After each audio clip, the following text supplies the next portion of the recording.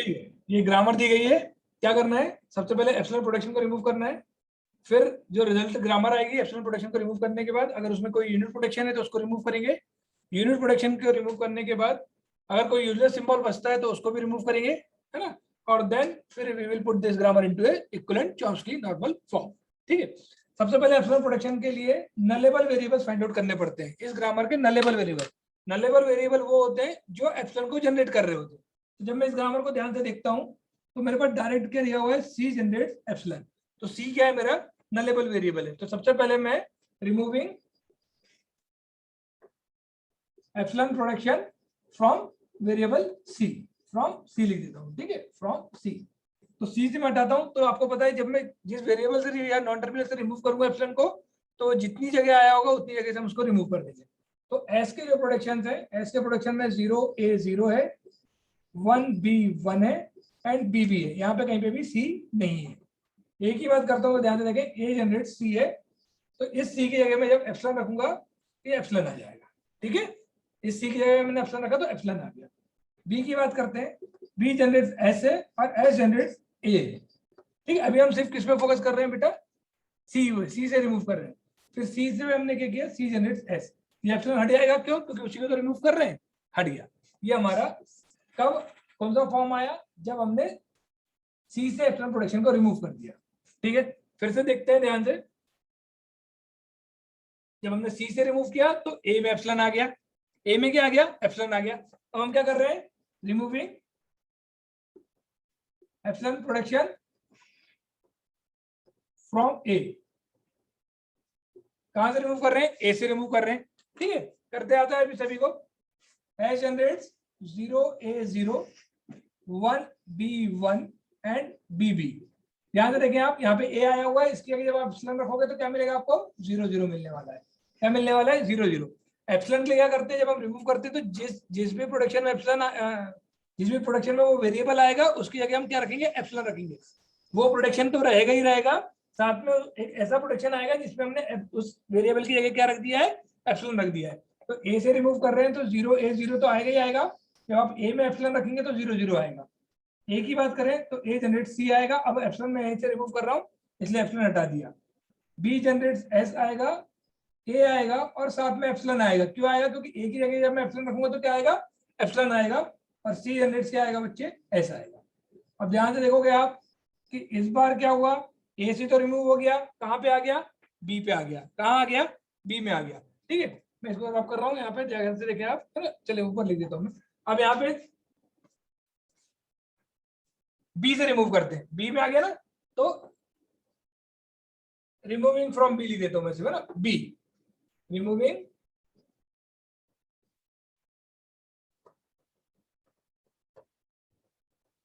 From B. ठीक है, B से रिमूव कर रहे हैं, देखें, removing epsilon production from variable B. ठीक है, देखें, S generates 0A 0, 1B 1, BB and 0 0 0 0 हो गया। अब बी पे रखेंगे बच्चे, तो बी यहाँ नहीं है, यहाँ पे बी की अगर रखोगे तो क्या आएगा, 1 1 आएगा। यहाँ रखोगे तो आपको मैंने बताया है, एक बार इस बी पे रखोगे तो बी आएगा, अगली बार इस बी पे रखोगे तो भी बी आएगा। तो एक ही बार लिख रहे हैं, बी बी पे रख दोगे तो क्या आएगा, एप्सिलॉन आ जाएगा। बी बी पे रख दोगे तो क्या आ जाएगा बच्चे, एप्सिलॉन आ जाएगा। ठीक है, आया, समझ में आया।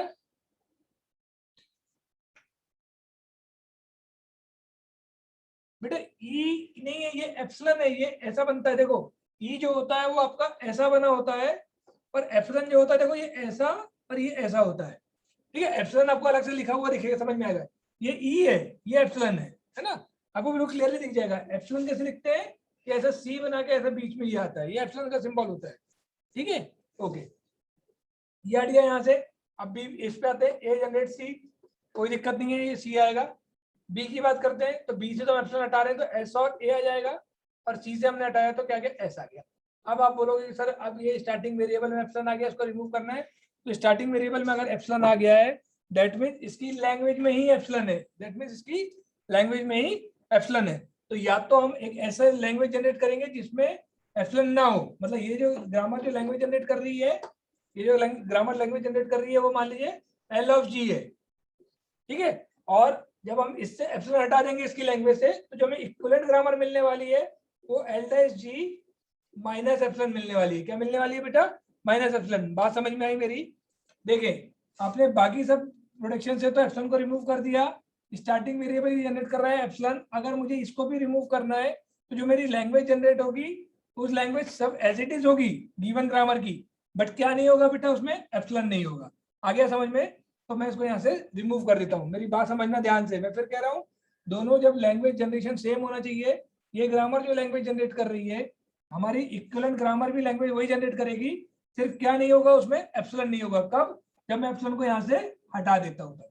समझ में आया? जब मैं एप्सिलॉन को यहाँ से हटा देता हूँ तब, क्योंकि एस की जगह तो मुझे एप्सिलॉन को हटाना ही पड़ेगा। ठीक है, एप्सिलॉन एस की जगह से मुझे एप्सिलॉन को हटाना पड़ेगा। समझ में आ गया? आ गया समझ में? नोट करें जल्दी से इसको, आगे बढ़े, है ना? समझ में आ गया कि इसकी लैंग्वेज वो नहीं होगा एप्सिलॉन। अभी हमने एप्सिलॉन रिमूव कर दिया। अब देखिए यूनिट प्रोडक्शन, पहला काम हो गया। अब यूनिट प्रोडक्शन हटाना है। ये यूनिट प्रोडक्शन है, ये यूनिट प्रोडक्शन, ये यूनिट प्रोडक्शन, ये यूनिट प्रोडक्शन है, ये यूनिट प्रोडक्शन। यूनिट प्रोडक्शन आपको पता है, अगर लेफ्ट हैंड साइड में भी सिंगल वेरिएबल है और राइट हैंड साइड में भी सिंगल नॉन टर्मिनल है, that is unit production. Unit production remove करने के लिए सिंपल सा सब्स्टिट्यूशन करते हैं। क्या करते हैं? सब्स्टिट्यूशन करते हैं। ठीक है, देखिए ध्यान से देखिए, एस की बात करते हैं तो एस ने क्या जनरेट किया है? 0A 0 है, 1B 1 है, B है, 0 0 है, 1 1 है। अब ये जो B आया है बच्चे, B के लिए क्या रख सकते हो आप? S रख सकते हो और A रख सकते हो। तो S रखोगे तो दोबारा वही आ जाएगा। समझ में आ रहा है? B को किससे रिप्लेस कर सकते हो आप? S से। B जनरेट्स S जो है ये यूनिट प्रोडक्शन है बच्ची। B जनरेट्स S क्या है? यूनिट प्रोडक्शन है। B जनरेट्स S क्या है? हमारा यूनिट प्रोडक्शन है। तो S की पूरी वैल्यू B की अगर रख सकते हैं तो वही सेम प्रोडक्शन आ जाएंगे। तो नहीं रिपीट कर रहे हम। A की अगर रखोगे तो A की जगह क्या आएगा? C की अगर रखोगे तो S आ जाएगा। सेम चीज है। यहीं पे स्टॉप कर दे आप इसको, यहीं पे स्टॉप कर दे। समझ में आया? फिर से देखिए बेटा, इस B की जगह मैं क्या करूंगा? S रखूंगा। तो S के पूरे प्रोडक्शन यही रखना पड़ेंगे। तो रिपीट क्यों करना है मुझे?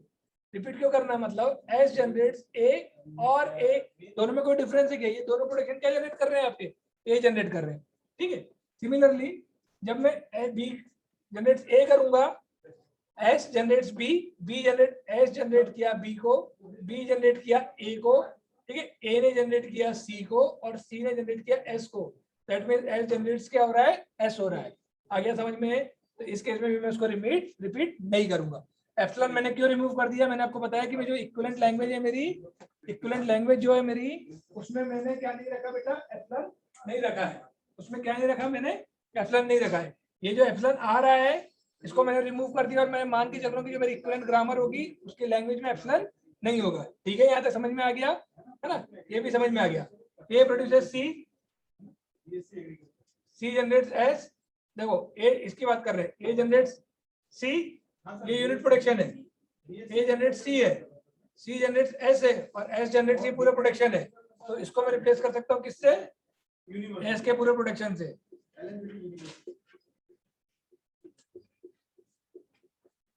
ठीक है, बी पे आते हैं। बी जनरेट्स एस दिया हुआ है, एस दिया हुआ है तो एस के पूरे प्रोडक्शन।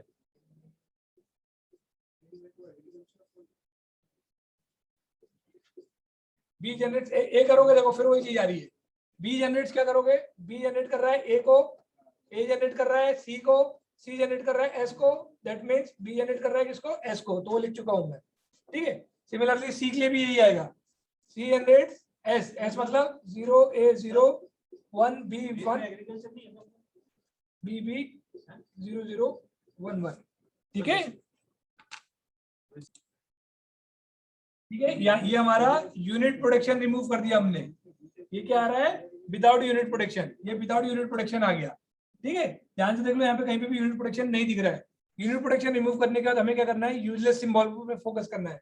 यूजलेस सिंबल वो सिंबल होते हैं जो टर्मिनल स्ट्रिंग को जनरेट नहीं कर रहे होते हैं। तो एस भी टर्मिनल को जनरेट कर रहा है, ए भी देखो 1 1 टर्मिनल स्ट्रिंग को जनरेट कर रहा है, बी भी टर्मिनल स्ट्रिंग को जनरेट कर रहा है, सी भी टर्मिनल स्ट्रिंग को जनरेट कर रहा है। तो पूरे के पूरे यूजफुल है क्या? नहीं। यूजलेस की सेकंड कंडीशन क्या है? कि स्टार्टिंग वेरिएबल से उस वेरिएबल तक पहुंचा ना जा सके। तो जब मैं इसमें फोकस करता हूं तो एस से क्या मिल रहा है? ए मिल रहा है तो ए आएगा ही आएगा। एस से क्या मिल रहा है? बी मिल रहा है तो बी आएगा ही आएगा। अब ए से सी मिल रहा है क्या देखना है? ए से सी नहीं मिल रहा, बी से सी नहीं मिल रहा। तो जो ग्रामर आएगी, जो इक्विवेलेंट ग्रामर आएगी विदाउट यूजलेस सिंबल, वो क्या आने वाली है? इसको मैं यहीं पे लिखता हूँ, ठीक है। ये हो गया होगा आपका। विदाउट यूजलेस सिंबल कौन सी आने वाली है ग्रामर हमारी? S generates 0A0 1B1 BB 00 and 11.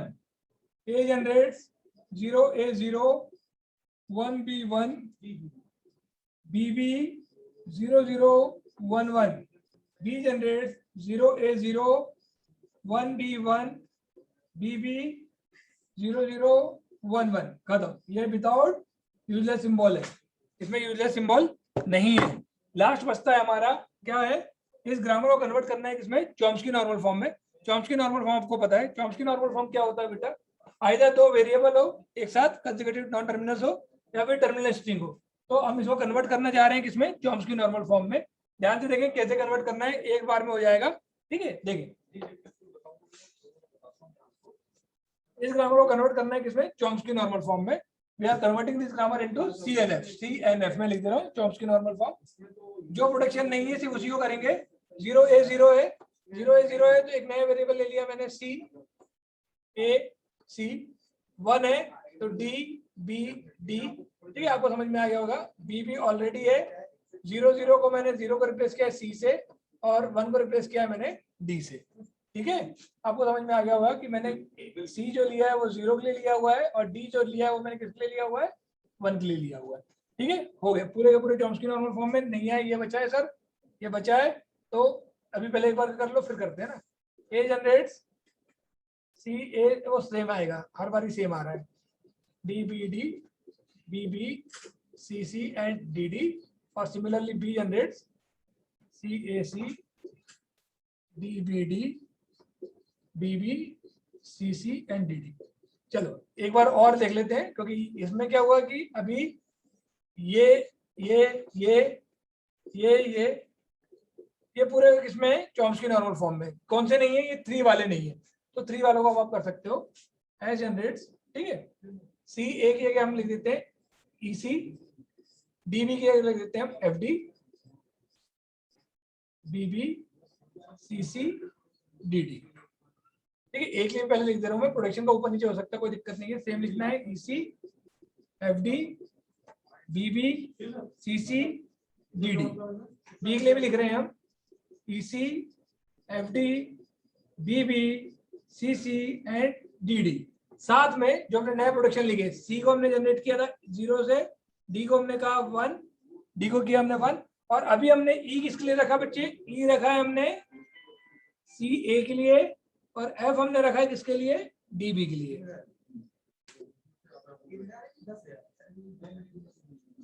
Check करें भाई।